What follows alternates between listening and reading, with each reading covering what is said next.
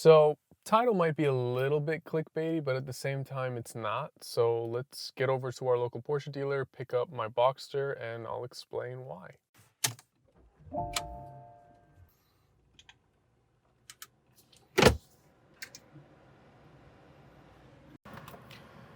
So, I'm here at the gas station right now. I figured I'd give you a little bit of the spiel. Basically, I bought a Porsche Boxster last year, and I didn't drive it very much, right? I drove it about 1,800 miles in the first year.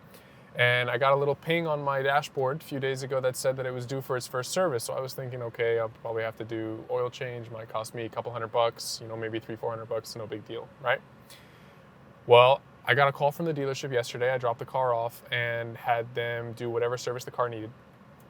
And the price that they gave me after, which they've already done, by the way, so I have to go pay them right now. That's where we're going. I just have to gas up the rental. Was a little bit higher than what I was expecting. So they quoted me about $1,000 basically to service the car for the first year. Now, my car is 12 years old now, so it's not a new Porsche, it's nothing crazy, but the reality is when you buy a Porsche, you have to service it just like any brand new Porsche, right? So it costs the same money. It's not any cheaper to get an old Porsche versus a new one. Now, I already knew that, but it was still kind of a shock.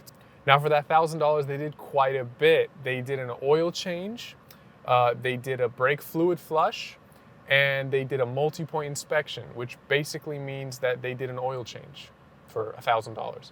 And that's not an unusual price for a Porsche, but at the same time, that's a lot of money to drop for 1 year of owning a car, especially when you barely drove the car. So why do I say I wasted money or lost money or it cost me money? Because I didn't drive the car. So moral of the story is, if you buy a Porsche, drive your Porsche so that when you pay these services, it doesn't feel like you're throwing your money in the garbage. Because the reality is, whether you drive your Porsche or don't drive your Porsche, you still need to do these services, right? At least that's what Porsche recommends.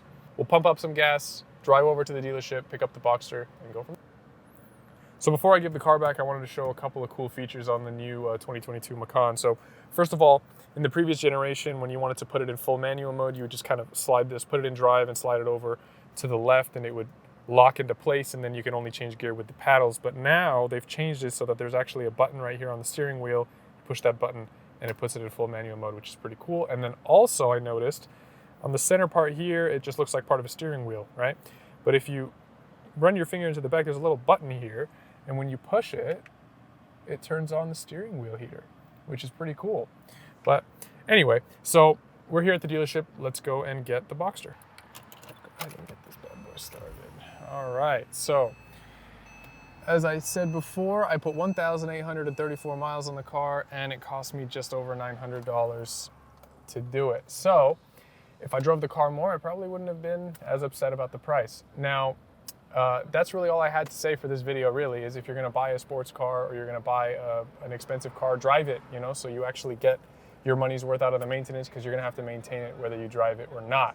If you'd like to know more about the cost of owning this car or about owning any Porsche, check some of my previous videos. I'll leave links for you to be able to go and look at those. And then also leave me a comment below if you want to know more.